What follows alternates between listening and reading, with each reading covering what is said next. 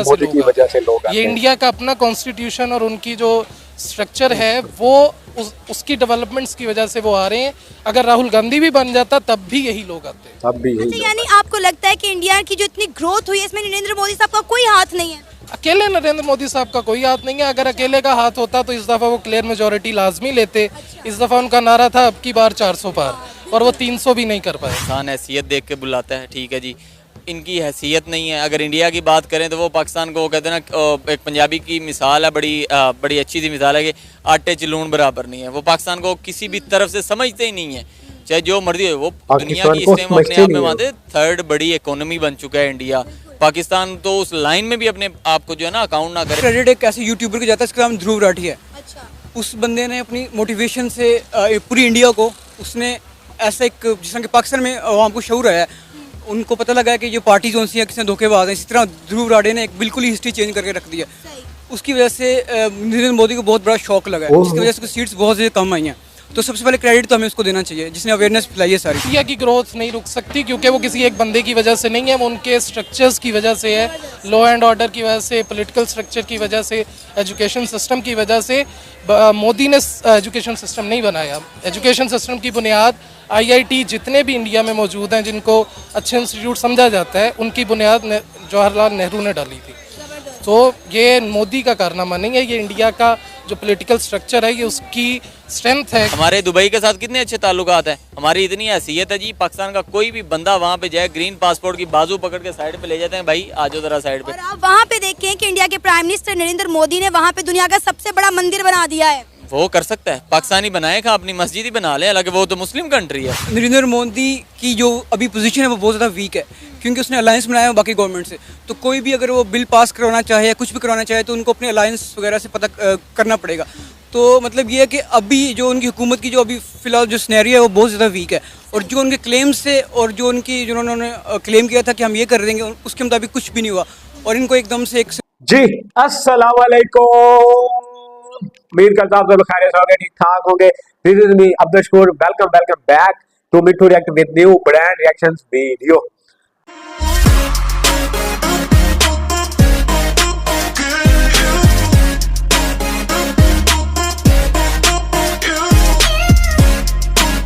मेरे अंकल, मेरे माऊ, मेरे आंटी, मेरे खाला, मेरे भाई, मेरे भाभी, मेरे भतीजे, मेरे भांजी, हासिल और रखना अपना ढेर सारा ख्याल, क्योंकि आपके इस मिठू भाई को अपनी मिठू रिएक्ट फैमिली बहुत ज्यादा अजीज है, मुसीबत प्यारी है। आज की हमारे पास वीडियो है PM Modi ignored Pakistan once again, Pakistani public crying reaction Sana Amjad. आज 8 जून 2024 यानी कि आज के दिन ओथ सेरेमनी होनी है इंडिया में, यानी कि PM Modi once again, it's third time, ये उनका तीसरी बार जो है मुल्क इंडिया के वजीर आजम बतौर वो शपथ लेंगे। हमारे यहाँ तो कहते हैं कि हलफ उठाएंगे ना, तो आप लोगों के मुझे लगता है मैंने फिल्मों में सुना है कि शपथ लेंगे। तो इस तकरीब के दौरान दुनिया से तकरीबन लीडर्स आ रहे हैं, तो PM आ रहे हैं, CM आ रहे हैं, प्रेसिडेंट आ रहे हैं, लेकिन पाकिस्तान में से किसी भी पर्सनैलिटी को इनवाइट नहीं किया गया। पाकिस्तान ही नहीं बल्कि मालदीव में से भी किसी को इनवाइट नहीं किया गया है। पता नहीं क्यों, आई डोंट नो क्यों इनवाइट नहीं किया गया। और इस पर जब उन्होंने इनवाइट नहीं किया, इस पर पाकिस्तानी पब्लिक का क्या रिएक्शन है, जिसमें टाइटल्स में है ना पाकिस्तान पब्लिक क्राइंग रिएक्शन, वो देखेंगे और उस पर मजीद ढेर सारी डिस्कशंस करेंगे। मगर उससे पहले आप हमारे चैनल पर नए हैं और पुराने भी हैं, चैनल को सब्सक्राइब करना भूले हुए हैं तो जल्दी चैनल को सब्सक्राइब करो यार, और घंटी के बेल आइकन को भी जरूर प्रेस कर देना ताकि हर नई आने वाली वीडियो का नोटिफिकेशन आप लोगों तक जरूर पहुंच सके। और साथ ही साथ वीडियो को लाइक्स भी कर दें, कमेंट करके बताना कि पाकिस्तान को इनवाइट करना चाहिए था या नहीं। अगर आप पाकिस्तान से तब भी कमेंट्स करना है, अगर आप इंडिया से तब भी कमेंट्स जरूर करना है। मैं नहीं समझता कि नरेंद्र मोदी की वजह से लोग ये इंडिया का अपना कॉन्स्टिट्यूशन और उनकी जो स्ट्रक्चर है वो उसकी डेवलपमेंट्स की वजह से वो आ रहे हैं। अगर राहुल गांधी भी बन जाता तब भी यही लोग आते। अब भी यही यानी आपको लगता है कि इंडिया की जो इतनी ग्रोथ हुई है इसमें नरेंद्र मोदी साहब का कोई हाथ नहीं है? अकेले नरेंद्र मोदी साहब का कोई हाथ नहीं है। अगर अकेले का हाथ होता तो इस दफा वो क्लियर मेजोरिटी लाजमी लेते। इस दफा उनका नारा था अब की बार 400 पार और वो 300 भी नहीं कर पाए। इंसान हैसियत देख के बुलाता है, ठीक है जी, इनकी हैसियत नहीं है। अगर इंडिया की बात करें तो वो पाकिस्तान को वो कहते हैं ना, एक पंजाबी की मिसाल है, बड़ी अच्छी सी मिसाल है कि आटे च लून बराबर नहीं है। वो पाकिस्तान को किसी भी तरफ से समझते ही नहीं है, चाहे जो मर्जी हो। वो दुनिया की इस टाइम अपने आप में मानते थर्ड बड़ी इकोनॉमी बन चुका है इंडिया। पाकिस्तान तो उस लाइन में भी अपने आप को जो है ना अकाउंट ना करे। क्रेडिट एक ऐसे यूट्यूबर को जाता है, इसका नाम ध्रुव राठी है। अच्छा। उस बंदे ने अपनी मोटिवेशन से पूरी इंडिया को उसने ऐसा एक, जिस तरह के पाकिस्तान में वहाँ को शऊर है, उनको पता लगा है कि जो पार्टी जो सी है किसने धोखेबाज है। इसी तरह ध्रुव राठी ने एक बिल्कुल ही हिस्ट्री चेंज करके रख दिया। उसकी वजह से नरेंद्र मोदी को बहुत बड़ा शौक लगा है, जिसकी वजह से सीट्स बहुत ज़्यादा कम आई हैं। तो सबसे पहले क्रेडिट तो हमें उसको देना चाहिए, जिसने अवेयरनेस फैलाई है सारी। इंडिया की ग्रोथ नहीं रुक सकती क्योंकि वो किसी एक बंदे की वजह से नहीं है, वो उनके स्ट्रक्चर्स की वजह से है, लॉ एंड ऑर्डर की वजह से, पॉलिटिकल स्ट्रक्चर की वजह से, एजुकेशन सिस्टम की वजह से। मोदी ने एजुकेशन सिस्टम नहीं बनाया। एजुकेशन सिस्टम की बुनियाद आईआईटी जितने भी इंडिया में मौजूद हैं, जिनको अच्छे इंस्टीट्यूट समझा जाता है, उनकी बुनियाद जवाहरलाल नेहरू ने डाली थी।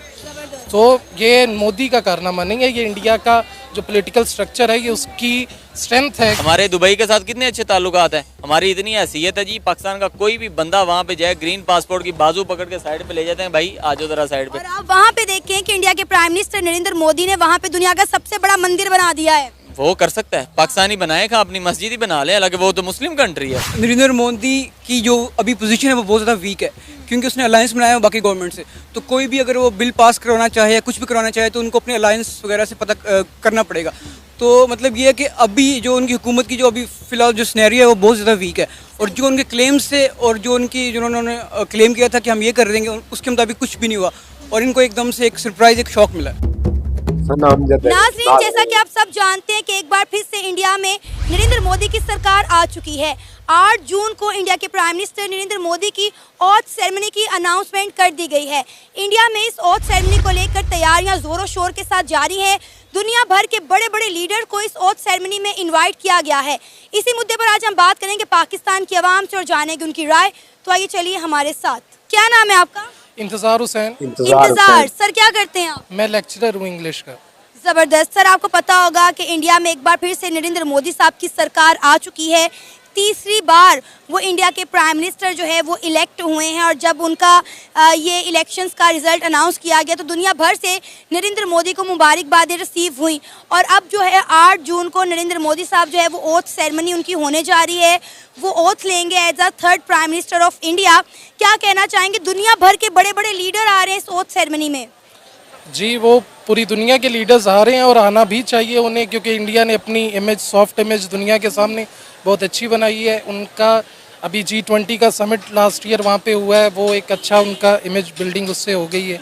पाकिस्तान को मुझे नहीं लगता कि वो बुलाएंगे, क्योंकि कोई एज सच इंटरनेशनल अफेयर्स के हवाले से भी उनको ज़रूरत नहीं है इस वक्त मेरे ख्याल से, और ना ही अभी हालात इस तरह के हैं कि पाकिस्तान के बारे में वो सोचें। हाँ, दुनिया के तमाम लीडर्स ज़रूर वहाँ पे आएंगे, क्योंकि दुनिया के भी स्ट्रेटेजिक इंटरेस्ट इंडिया के इंटरेस्ट के साथ जुड़े हुए हैं। बूमिंग इकोनॉमी है, इंडिया की टेक इंडस्ट्री भी लीड कर रही है, बड़े बड़े CEOs इंडिया से हैं, तो वो पूरी दुनिया की जो इकोनॉमिक इंटरेस्ट हैं वो उनके साथ हैं, तो वो लाजमी आएंगे। तो मेरे ख्याल से, और आना भी चाहिए उन्हें, हर मुल्क को अपने नेशनल इंटरेस्ट को सामने रख के इंटरनेशनल रिलेशंस पे फोकस करना पड़ता है। So that is normal. Pakistan में जो नई हुकूमत बनी है मुस्लिम लीग नून की, पाकिस्तानियों ने हमेशा मुस्लिम लीग नून को इंडिया के प्राइम मिनिस्टर नरेंद्र मोदी के साथ जोड़ा है। पाकिस्तानी हमेशा ये कहते हुए दिखाई दिए हैं कि मोदी का जो यार है वो गद्दार है, और वो कौन है ये आपको पता है। नवाज शरीफ के बारे में ये भी कहा जाता है कि उनके इंडिया में बहुत सारी फैक्ट्रीज़ हैं, और जिस तरह नरेंद्र मोदी साहब नवाज शरीफ के दौरे हुकूमत में पाकिस्तान आए बग़ैर वीज़ा के, तो क्या लगता है कि अब इस ओथ सेरेमनी में पाकिस्तान को इन्वाइट किया जाएगा? Shehbaz Sharif as a prime minister, India के प्राइम मिनिस्टर नरेंद्र मोदी की इस ओथ सेरेमनी में जाएंगे या इन्वाइट किए जाएंगे?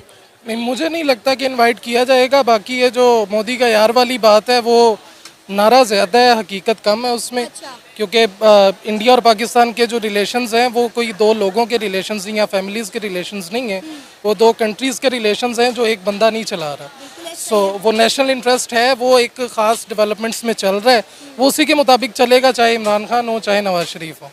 अच्छा, हमने देखा जिस तरह इंडिया के प्राइम मिनिस्टर नरेंद्र मोदी ने अपने दौरे हुकूमत में G20 की मीटिंग बड़े पुरजोश तरीके से और बड़े अच्छे तरीके से इंडिया के अंदर करवाई। अब आप देखें कि वहाँ के लोगों को, दुनिया भर के लोगों को इंडिया पर कितना जो है एतमाद हासिल हो चुका है कि इंडिया एक महफूज मुल्क है, कि और सेरेमनी में वो लोग इन्वाइट किए जा रहे हैं और वो आएंगे। जी वो ज़रूर आएंगे, क्योंकि इंडिया महफूज तो है ही है, उसके अलावा इंडिया की जो टेक इंडस्ट्री है उसकी वजह से इंडिया उनके लिए एक मेजर पार्टनर के तौर पे सामने आता है। चाइना और उनका पिछले कुछ सालों में तनाज़ात के बावजूद उनका आपस में जो तिजारत का हुजम है वो बिल्कुल भी कम नहीं हुआ।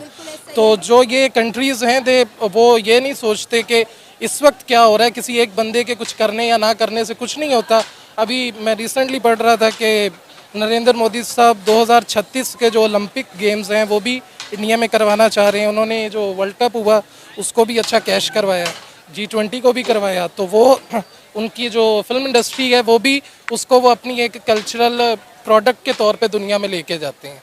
तो वो कलेक्टिवली जो भी हुकूमत करती है उसका ओवरऑल इम्पैक्ट ये होता है कि इंडिया की image as a progressive country जहाँ पे अपॉर्चुनिटीज़ हैं, जहाँ दुनिया के लोग आ सकते हैं, टूरिज़्म का भी उनका बेसिक मैसेज यही है। तो इसीलिए जब भी उनका मैं नहीं समझता कि नरेंद्र मोदी की वजह से लोग आ रहे हैं। ये इंडिया का अपना कॉन्स्टिट्यूशन और उनकी जो स्ट्रक्चर है वो उसकी डेवलपमेंट्स की वजह से वो आ रहे हैं। अगर राहुल गांधी भी बन जाता तब भी यही लोग आते। अच्छा, यानी आपको लगता है कि इंडिया की जो इतनी ग्रोथ हुई है इसमें नरेंद्र मोदी साहब का कोई हाथ नहीं है? अकेले नरेंद्र मोदी साहब का कोई हाथ नहीं है। अगर अकेले का हाथ होता तो इस दफ़ा वो क्लियर मेजॉरिटी लाजमी लेते। इस दफ़ा उनका नारा था अब की बार 400 पार, और वो 300 भी नहीं कर पाए। उसका मतलब ये है कि उतना अच्छा नहीं है जितना हमें बाहर से दिखता है, क्योंकि मीडिया भी उनका कंट्रोल होता है। उनके अपने सियासी हालात भी कोई इतने अच्छे नहीं रहे पिछले कुछ सालों में। और जो उनकी मुआशी तरक्की है वो एक नरेंद्र मोदी की वजह से नहीं है। वो जो उनका लेगेसी नेहरू के बाद और वो चलती आ रही है, वो इंडिया का कॉन्स्टिट्यूशन इतना स्ट्रॉन्ग है कि वो 90s के बाद से जब से उन्होंने अपनी इकोनॉमी को ओपन किया वो ग्रोथ की तरफ ही जा रहे हैं। यानी आपको लगता है कि अगर राहुल गांधी की गवर्नमेंट आती तब भी इंडिया की ग्रोथ ही होती है, ग्रोथ रुकती ना? नहीं, इंडिया की ग्रोथ नहीं रुक सकती, क्योंकि वो किसी एक बंदे की वजह से नहीं है, वो उनके स्ट्रक्चर्स की वजह से है, लॉ एंड ऑर्डर की वजह से, पॉलिटिकल स्ट्रक्चर की वजह से, एजुकेशन सिस्टम की वजह से। मोदी ने एजुकेशन सिस्टम नहीं बनाया। एजुकेशन सिस्टम की बुनियाद IIT जितने भी इंडिया में मौजूद हैं जिनको अच्छे इंस्टीट्यूट समझा जाता है, उनकी बुनियाद जवाहरलाल नेहरू ने डाली थी। तो ये मोदी का कारनामा नहीं है, ये इंडिया का जो पॉलिटिकल स्ट्रक्चर है ये उसकी स्ट्रेंथ है कि वो मोदी के बावजूद वो इतनी तरक्की कर रहा है। अच्छा, हमने इंडिया के प्राइम मिनिस्टर नरेंद्र मोदी के ये जो जीतने पर वीडियोस बनाई है, हमारी वीडियोस के नीचे अक्सर कमेंट किए जा रहे हैं लोगों की जाने से। कुछ लोग कहते हैं कि मोदी जीत गया है, कुछ लोग कहते हैं कि मोदी नहीं जीता। इस पर आपकी क्या राय है? मेरे ख्याल से मोदी नहीं जीता, क्योंकि उनकी जो प्रोजेक्शन थी, इवन एग्जिट पोल्स में भी यही कहा गया था कि वो क्लियर मेजॉरिटी लेंगे। ये बहुत अहम बात है कि क्लियर मेजॉरिटी होती अगर उनके पास, तो वो जो कॉन्स्टिट्यूशनल अमेंडमेंट्स करना चाह रहे थे, जैसे उन्होंने कश्मीर का स्टेटस रिपील किया, तो वो और भी इसी तरह के रूल्स पास करते। लेकिन चूंकि अब अपोजिशन स्ट्रांग होगी तो मोदी भी टोन डाउन हो जाएगा थोड़ा।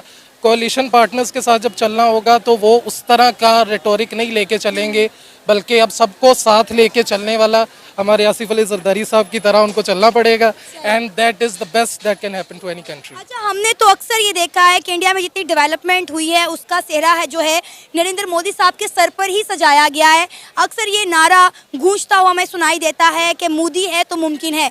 यानी इंडिया में जो कुछ हो रहा है वो नरेंद्र मोदी साहब की वजह से ही हो रहा है। लेकिन आपका कहना है कि नरेंद्र मोदी ना होते तब भी इंडिया में इतनी ही डेवलपमेंट होती? जी, ये इसका सीधी सी बात है। जो भी गवर्नमेंट में होता है वो हर चीज़ का क्रेडिट लेता है। ये उनकी ऑफिशियल प्रोजेक्शन है, ये लोगों का रियल सेंटिमेंट नहीं है। अगर ऐसा होता तो अयोध्या में वो हारे हैं, जहां उन्होंने राम मंदिर बनाया वहां वो हारे हैं। आप गूगल पे जाके चेक कर सकते हैं कि अयोध्या में वो हारे हैं। उनका जो बेस रहा है जहाँ पे वो जीते हैं वो सारे सिर्फ वो इलाके हैं जहाँ सोशल मीडिया, जो नॉर्दर्न इंडिया, हिंदी इंडिया जिसे कहा जाता है, बाकी ना वो साउथ इंडिया से जीत सके हैं, बल्कि यूपी में भी, महाराष्ट्र में भी वो हारे हैं। तो इसका ये मतलब है कि लोग इतना भी उनसे इंस्पायर्ड नहीं है। लोगों की अपनी भी एक विल है, एक सेंस है, जो कि शायद इंडिया के अनपढ़ लोगों में पढ़े लिखों से थोड़ी ज़्यादा लगती है मुझे। इस वक्त हमारे साथ निजी टीवी चैनल के एंकर पर्सन अरहम मौजूद हैं। अरहम, आपको पता है कि इंडिया में एक बार फिर से नरेंद्र मोदी साहब की गवर्नमेंट आ चुकी है और 8 जून को उनकी ओथ सेरेमनी है। दुनिया भर के बड़े बड़े लीडर इस सेरेमनी में आएंगे। क्या कहेंगे? हमने पिछले साल देखा कि इंडिया ने जो है G20 की मीटिंग वहाँ पर होस्ट करवाई, दुनिया भर की 20 बड़ी इकॉनमीज उस मीटिंग में आई और अब जो इंडिया के प्राइम मिनिस्टर नरेंद्र मोदी तीसरी बार जो है वजीर आजम बने हैं, उनकी ओथ सेरेमनी पर दुनिया भर के लीडर आ रहे हैं। क्या कहना चाहेंगे इस पर?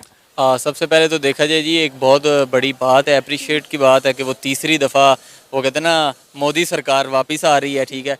और आ रही नहीं, आ चुकी है। हाँ, वही बात आ गई जी, वो आ रही नहीं, आ चुकी है। 8 को भी मतलब अभी दो दिन पड़े हुए हैं, 2 दिन बाद उनकी जो है ना वो इनॉग्रेशन है। और सेकंड थिंग ये देखा जाए कि जैसा कि वो आपने बताया कि वो जैसे अदर ममालिक के जितने भी असर रसूख रखने वाले जो बड़े बड़े वज़रा हैं, या कह लें कि उनके वज़ीर आज़म है या किंग कह लें, उनको बुलाया जा रहा है। पाकिस्तान में से देखा जाए जी, नामी ग्रामी जो बड़े मशहूर लोग हैं, मैं बस नाम नहीं लेना चाहूँगा, जाना तो चाहिए लेकिन हमारी इतनी हैसियत नहीं है कि वो हमें जो है ना इतने बड़े इवेंट पे वो इनवाइट करें, क्योंकि पाकिस्तान और इंडिया के साथ जितने भी क्राइसिस चल रहे हैं, देखा जाए जी नरेंद्र मोदी का एक पूरा खिताब है, वो एक जगह किताब कर रहे थे, बड़ा मशहूर किताब हुआ था जिसमें उन्होंने कहा था जी वो पाकिस्तान आए थे और किसी की शादी में आए थे, ठीक है। वो बात बगैर वीजा के आए थे, बगैर वीज़ा छोड़ दे, बगैर किसी इजाज़त के आए थे, बगैर वीज़ा तो बड़ी दूर की बात है। पाकिस्तान की एयरलाइंस में भी अचानक ही इस तरह कोई आपकी वो कहते हैं ना फ़िज़ाई हदूद यूज़ भी नहीं कर सकता, लेकिन वो कहते हैं ना हमारे ताल्लुकात बहुत अच्छे थे, तो तब की बात है। अब देखते हैं ना अब ताल्लुकात कहाँ तक पहुँचते हैं हमारे। हमने हमेशा मुस्लिम लीग नून को जो है वो नरेंद्र मोदी के साथ जोड़ा है। पाकिस्तान के अवाम ये कहती हुई नज़र आई है, नरेंद्र मोदी के जो यार हैं वो नवाज शरीफ हैं और वहाँ पे उनकी बहुत सारी फैक्ट्रीज़ भी हैं, इंडिया के साथ उनके ताल्लुकात बड़े अच्छे हैं, इसलिए वो बार बार चाहते हैं कि इंडिया के साथ ताल्लुकात बेहतर हो, इंडिया और पाकिस्तान के दरमियान ट्रेड हो। लेकिन अब ये देखें कि अब क्योंकि एक बार फिर से नरेंद्र मोदी साहब भी आ गए और यहाँ पे नून लीग की गवर्नमेंट भी आ गई है, तो क्या इस ओथ सेरेमनी में नवाज शरीफ को या उनके भाई शहबाज शरीफ को इनवाइट किया जाएगा? और देखिए जी, पहली बात तो ये आ जाती है, वो कहते हैं ना इंसान हैसियत देख के बुलाता है, ठीक है जी।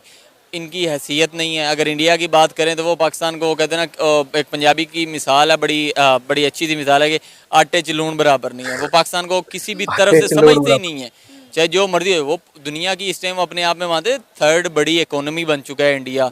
पाकिस्तान तो उस लाइन में भी अपने आप को जो है ना अकाउंट ना करे, चाहे हम पाकिस्तान में रहते हैं, हमारी तो यही दुआ है। वो कहते ना फिर वो बात आ जाए जैसी कौम वैसे हुक्मरान, ठीक है जी। इस तरह अभी आप हमारे पाकिस्तान के इलेक्शन की अगर बात करें, क्या आपको लगता है पाकिस्तान में जो इलेक्शन हुआ तो साफ शफाफ हुआ था? बिल्कुल नहीं। दुनिया भर में हमारा जो है मजाक उड़ाया जाए कि पाकिस्तान में इलेक्शन के नाम पर ड्रामा किया गया है, 1 महीने तक तो रिजल्ट ही नहीं आ रहा था। अब इंडिया में देखें कैसे इलेक्शन हुए, ऐसे इलेक्शन हुए और ऐसे रिजल्ट आ गया। सर वो कौम है, ठीक है जी, उनको पता है उन्होंने वोट किसको दिया है और उन्होंने इक़्तिदार में किसको लेके आना। यहाँ पे ये कौम है जनाब साहब, रात को पता चल रहा है जी डार साहिबा हार रही हैं और सुबह पता चलता है जनाब विनिंग सीट पे कोई आया हुआ है, ठीक है। वो सारी रात बेचारे इकरार भाई और क्या कह ले वसीम बदामी साहब चीख चीख के बताते रहे जी कम अज़ कम 1 लाख का डिफरेंस है, 50,000 का डिफरेंस है। सुबह पता चलता है जी वही 50,000 थे, हार चुकी हैं। पाकिस्तान का ये तो कानून है, कानून की तो बात चले रहने दी। अगर हम अपने पासपोर्ट की बात कर लें जी, हमारे क्या ताल्लुकात, हमारे दुबई के साथ कितने अच्छे ताल्लुकात हैं, हमारी इतनी हैसियत है जी। पाकिस्तान का कोई भी बंदा वहाँ पे जाए, ग्रीन पासपोर्ट की बाजू पकड़ के साइड पे ले जाते हैं, भाई आ जाओ जरा साइड पे। और आप वहाँ पे देखें कि इंडिया के प्राइम मिनिस्टर नरेंद्र मोदी ने वहाँ पे दुनिया का सबसे बड़ा मंदिर बना दिया है। वो कर सकता है, पाकिस्तानी बनाए का अपनी मस्जिद ही बना ले, हालांकि वो तो मुस्लिम कंट्री है। कोई इतनी बड़ी कहते हैं कि पाकिस्तान की जानिब से इतनी बड़ी जो है ना मस्जिद बनाई जा रही है जी, हम अपनी तरफ से बना रहे हैं, चाहे वो डोनेशन दें, जो मर्जी करें, इतनी औकात नहीं है हमारी। तो अब ये देख लेना कि इंडिया के ताल्लुकात दुनिया के साथ कैसे हैं और पाकिस्तान के साथ कैसे। मैं आगे आपको एक बात कीजिए, दीवार के साथ हमारी दीवार है, यहाँ पे डॉलर रेट 280+ है, वहाँ पे ओनली 83 है, ठीक है। दीवार के साथ दीवार है। वो कहे पंजाबी की एक और मिसाल है जी, खरबूजे को देखे खरबूजा ही रंग बदल लेता है, लेकिन हमें वो शर्म ही नहीं आ रही। हम आज भी उस चक्रों में जी, पुल दे दिया है, रोड बना दिया है, मेट्रो दे, अब ऑरेंज लाइन का कर्जा उतरा नहीं है, ग्रीन लाइन आ रही है जी, पिंक लाइन आ रही है जी, एक वो आपने सुना है जी वो पर्पल लाइन आ रही है। पिछले ऑरेंज का कर्जा उतरा नहीं हमसे, ठीक है। पीछे 1 2 4 और कर्जे हम पे चढ़ा दिए गए हैं, ठीक है। कर्जा किसने उतारना? आपने उतारना है जी, गैस के बिलों में आपने उतारना है, बिजली के बिलों में आपने उतारना है, टैक्स की सूरत में आपने उतारना है, पेट्रोल की सूरत में। ये तो हालात है पाकिस्तान के, इन्होंने कौन सा अपने पास से देना है? ये बताएं कि नरेंद्र मोदी की एक बार फिर से हुकूमत आने पर एज अ पाकिस्तानी आप सेटिस्फाइड है, खुश है? आपको लगता है कि दोनों मुल्कों के ताल्लुकात में अब बेहतरी आ सकती है? नहीं जी, देखा जाए पाकिस्तान में एक बड़े पश्तून कम्युनिटी है हमारी, हम बड़े अप्रिशिएट करते हैं। पठान भाई हमारे भाई हैं, हमारी जान है, ठीक है। वो पाकिस्तान का एक सरमाया है क्योंकि मेहनती कौम है वो, ठीक है। उनकी एक मिसाल मैं आपको देता हूँ कि KPK में अगर आप देखा जाए ना, तो वहाँ पे एक कहावत बड़ी मशहूर थी कि एक गवर्नमेंट जो आज है ना वो दोबारा कभी नहीं आती। अगर उन्होंने खान साहब को कोई तीसरा मौका दिया है कि उनकी गवर्नमेंट तीसरी दफ़ा KPK में कर रही है, गवर्नमेंट को कुछ देख के ही दिया ना, तो सेम आप इसी एग्जाम्पल को ले लें इंडिया में। अगर वहाँ पे नरेंद्र मोदी तीसरी दफ़ा आया है तो वहाँ के लोगों ने कुछ देखा है तो आया है ना, इकोनॉमी आगे बढ़ी है तो आया है ना, गुर्बत थोड़ी सी नीचे आई है तो आया है ना, अदरवाइज उनके पास और भी तो काफ़ी पार्टीज थी। अच्छा, अगर राहुल गांधी इक़्तिदार में आते तो क्या वो इसी तरह इंडिया को तरक्की की बुलंदियों से हमकिनार करवा सकते जिस तरह नरेंद्र मोदी ने पिछले 10 सालों में करवाया है? देखे जी, अभी देखा जाए तो पीपल्स पार्टी के भी ख्वाब बहुत ऊंचे सारे हैं, लेकिन लाइन में सोचा भी नहीं जा सकता। शायद यही आंसर काफ़ी है। क्या नाम है आपका? मेरा नाम इब्राहिम है। इब्राहिम, क्या करते हैं आप? मैं मेडिकल स्टूडेंट MBBS किया हुआ मैंने। आपको पता है कि इंडिया में एक बार फिर से नरेंद्र मोदी साहब की हुकूमत आ गई है। तीसरा टेन्योर एक बार फिर से नरेंद्र मोदी का होगा। 8 जून को उनकी ओथ सेरेमनी है। दुनिया भर के लीडर इस सेरेमनी को अटेंड करने के लिए आ रहे हैं। क्या कहना चाहेंगे इस पर? मैम, सबसे पहले तो मैं ये कहना चाहूँगा कि जिस तरह उन्होंने पहले तकब्बराना तरीके से ये कहा था कि हमारी 400 सीट्स आएंगी, और इस बार उनकी सीट्स बहुत ही कम आई हैं। 300 के राउंड अबाउट आएंगे। 300 के राउंड। उसके बाद उन्होंने अलायंस करके अपनी जो गवर्नमेंट बनाई है, बिल्कुल ही बहुत ही एक कह सकते हैं कि वीक गवर्नमेंट है। अच्छा। तो सबसे ज़्यादा क्रेडिट एक ऐसे यूट्यूबर को जाता है, इसका नाम ध्रुव राठी है। अच्छा। उस बंदे ने अपनी मोटिवेशन से पूरी इंडिया को, उसने ऐसा एक, जिस तरह कि पाकिस्तान में आवाम को शऊर आया है, उनको पता लगा है कि जो पार्टी जो सी है किसने धोखेबाज हैं, इसी तरह ध्रुव राठी ने एक बिल्कुल ही हिस्ट्री चेंज करके रख दिया। उसकी वजह से नरेंद्र मोदी को बहुत बड़ा शौक लगा है, जिसकी वजह से सीट्स बहुत ज़्यादा कम आई हैं। तो सबसे पहले क्रेडिट तो हमें उसको देना चाहिए जिसने अवेयरनेस फैलाई है सारी। दूसरा ये कि अब नरेंद्र मोदी की जो अभी पोजीशन है वो बहुत ज़्यादा वीक है, क्योंकि उसने अलायंस बनाया है बाकी गवर्नमेंट से। तो कोई भी अगर वो बिल पास करवाना चाहे या कुछ भी करवाना चाहे तो उनको अपने अलायंस वगैरह से पता करना पड़ेगा। तो मतलब ये है कि अभी जो उनकी हुकूमत की जो अभी फ़िलहाल जो सिनेरियो है वो बहुत ज़्यादा वीक है, और जो उनके क्लेम्स से और जो उन्होंने क्लेम किया था कि हम ये कर देंगे, उसके मुताबिक कुछ भी नहीं हुआ, और इनको एकदम से एक सरप्राइज़, एक शॉक मिला और ये हमारे खिते के लिए बहुत ज़रूरी है, क्योंकि वो एक ऐसा, आप कह सकते हैं कि एक एथनिक क्लिनजिंग पे वो बिलीव करता है। उसकी जो आइडियोलॉजी है वो फैशिज्म की है, और वो बिल्कुल एक, आप कहते हैं, साइकोलॉजिकल डिसऑर्डर का कोई शिकार बंदा है। ठीक है। लेकिन आप ये देखें ना कि नरेंद्र मोदी साहब के दौरे हुकूमत में इंडिया में कितनी डेवलपमेंट हुई है। मैम, डेवलपमेंट तो हुई है, एट द सेम टाइम अगर आप देखें, आप डॉक्यूमेंट्रीज भी देखें ना, तो अब वो इंडिया को डेमोक्रेसी से एक डिक्टेटरशिप तक लेके जा रहा था। हर जगह पे उसने कंट्रोल किया था। जिस तरह हमारे इमरान खान के साथ उन्होंने इनका साइन छीना, निशान छीना है, बिल्कुल इसी तरह वो भी उसने कांग्रेस के साथ वो किया। उनके जो लोग थे, जो भी बंदा कांग्रेस ज्वाइन करता था, तो उसके ऊपर जो उनकी होती है कि टैक्स वाले इन्वेजन कर देते थे, उनके केसेस बन जाते थे। जैसे ही वो बीजेपी ज्वाइन करता था, उनके सारे केसेस वेव हो जाते थे, सारे उनके केसेस खत्म हो जाते थे। तो बिल्कुल ये एक अलग स्टेप पे चला गया था, एक अलग लाइन में चला गया था। तो इंडिया को वो एक, जो पहले एक योगीज का एक कंट्री हुआ करता था, गुरुज का हुआ करता था, वो उसको बिल्कुल एक फैशिज्म की तरफ लेके जा रहा था, और एक हेट काइंड ऑफ, आप कह सकते हैं कि गवर्नमेंट बना रहा था। तो जिसकी वजह से काफ़ी अभी एक कह लें कि एक हमारे जो सब कॉन्टिनेंट है और बाकी आसपास दुनिया के लिए एक बहुत ये अच्छा ये हुआ जो भी हुआ अभी इलेक्शंस में। यानी आपको नरेंद्र मोदी की सरकार आने से खुशी नहीं हुई है? नहीं, खुशी क्यों नहीं है, बल्कि ये खुशी की कोई बात नहीं, क्योंकि वो एक कह लें कि हमारे टेरिटरी का एक खतरा है। वो is not a normal person.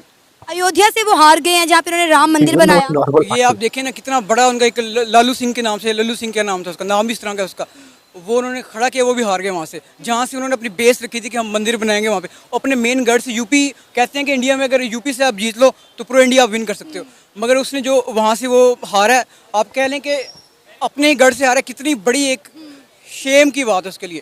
तो आपको लगता है कि सारा क्रेडिट ध्रुव राठी को जाता है कि उन्होंने लोगों को मोटिवेट किया और अवेयर किया? बिल्कुल, ध्रुव राठी, मैं कह लूँ कि एक मैं हिस्ट्री में उसका नाम लिखा जाएगा। जिस तरीके से उसने जो डायनामिक्स पॉलिटिक्स से चेंज किया, उसका एक नाम हिस्ट्री में लिखा जाएगा। अगर आप उसका चेक भी करें यूट्यूब पे, तो किस तरह उसने एक्सपोज किया, सल्यूट टू हिम। मैंने देखा है। आप कब से फॉलो कर रहे हैं ध्रुव राठी को? मैं उसको काफ़ी टाइम से कर रहा हूँ, मोर देन अ ईयर से कर रहा हूँ मैं उसको। जी जी। अच्छा, कहा जा रहा था पाकिस्तान की आवाम की जानिब से कि अगर राहुल गांधी की गवर्नमेंट आ जाती तो पाकिस्तान के लिए ज़्यादा बेहतर होगा, लेकिन अब क्योंकि एक बार फिर से नरेंद्र मोदी साहब की हुकूमत आ गई है, तो क्या लगता है दोनों मुल्कों के ताल्लुकात में कोई बेहतरी आने का इम्कान है या नहीं है? मैम जो पहले उसकी पोजीशन थी ना फर्स्ट इलेक्शन में, जो सेकंड टाइम प्राइम मिनिस्टर बना उस वक्त उसकी बहुत ही ज़्यादा कह सकते हैं कि वो एक स्ट्रॉन्ग पोजीशन में था। अगर पाकिस्तान उसकी तरफ जाता भी तो वो कभी भी उसको एक्सेप्ट ना करता। अभी जो उसकी हुकूमत है बहुत ज़्यादा वीक है, अब वो सारे डिसीजन वो खुद नहीं ले सकता। अब उसको अपने पार्टनर जो उसने एफिलिएशन की उनसे भी जो उनकी रजामंदी के साथ होगा, तो आप कह सकते हैं कि इस बार का जो नरेंद्र मोदी है पिछली बार से काफ़ी वीक है और वो उस तरीके से अमल दरामद नहीं कर सकता फैसलों से। यानी ये उस तरह से अब इंडिया को नहीं चला सकते पहले जितने 2 टेन्योर में उन्होंने जिस तरह से इंडिया को इंडिपेंडेंटली चलाया। हाँ जी, बिल्कुल भी उस तरह नहीं चला सकते, वो बिल्कुल भी उस पोजीशन में नहीं है। तो एक अच्छी चीज़ है। और आपको पता है कि जब अभिनंदन का भी जो वाक़या हुआ था तो उसने न्यूक्लियर बॉम्ब उसने कहा था कि अब न्यूक्लियर हमला कर देंगे पाकिस्तान पे। बिल्कुल कोड्स भी एक्सचेंज हो गए थे। आप सोचें कि किस किस्म का वो मेंटली सिक बंदा है, तो कितना डेंजरस हो सकता है वो। और वो हेट को कर रहा था, मुस्लिम की एथनिक क्लिनजिंग पे बिलीव करता है वो बंदा। तो आप कह सकते हैं कि ये तो बहुत बड़ी एक नेचर की हेल्प हुई है कि उस बंदे के ने मतलब कि उसकी एक वीक हुकूमत बनी है। बहुत बड़े फ़ायदे की बात है। तो लेकिन इंडिया से बहुत सारे मुसलमान भी नरेंद्र मोदी साहब को सपोर्ट करते हुए दिखाई दे रहे थे। कई मुसलमानों की वीडियोस हमारे सामने आई हैं। मैम बात को तो ऐसा होता है ना कि वो प्रेशर में भी कर लेते हैं। जाहिर सी बात है, अगर वो प्रेशर उनके ऊपर प्रेशर होता है वो आप पे केसेस बना देते हैं, आपको बदनाम कर देते हैं, क्योंकि सब उनका मीडिया भी कंट्रोल है ना। मोदी का जो गोदी मीडिया इसको बोलते हैं वो सारा कंट्रोल है। वो जो वो कहते हैं वो होता है। अब कोई भी बंदा लेट से कि मैं उसके अगेंस्ट खड़ा होता हूँ तो वो मेरे अगेंस्ट केसेस शुरू हो जाएंगे, मैं किससे स्टैंड करूँगा। प्रेशर की वजह से होता है। अंदर से इंटरनली वो नहीं चाह रहे होते, पर मजबूरी में या आप कह लें कुछ सिचुएशन ऐसी होती है या कुछ फ़ायदा हो रहा होता है, तो 2 केसेस होते हैं इसमें वो करते हैं।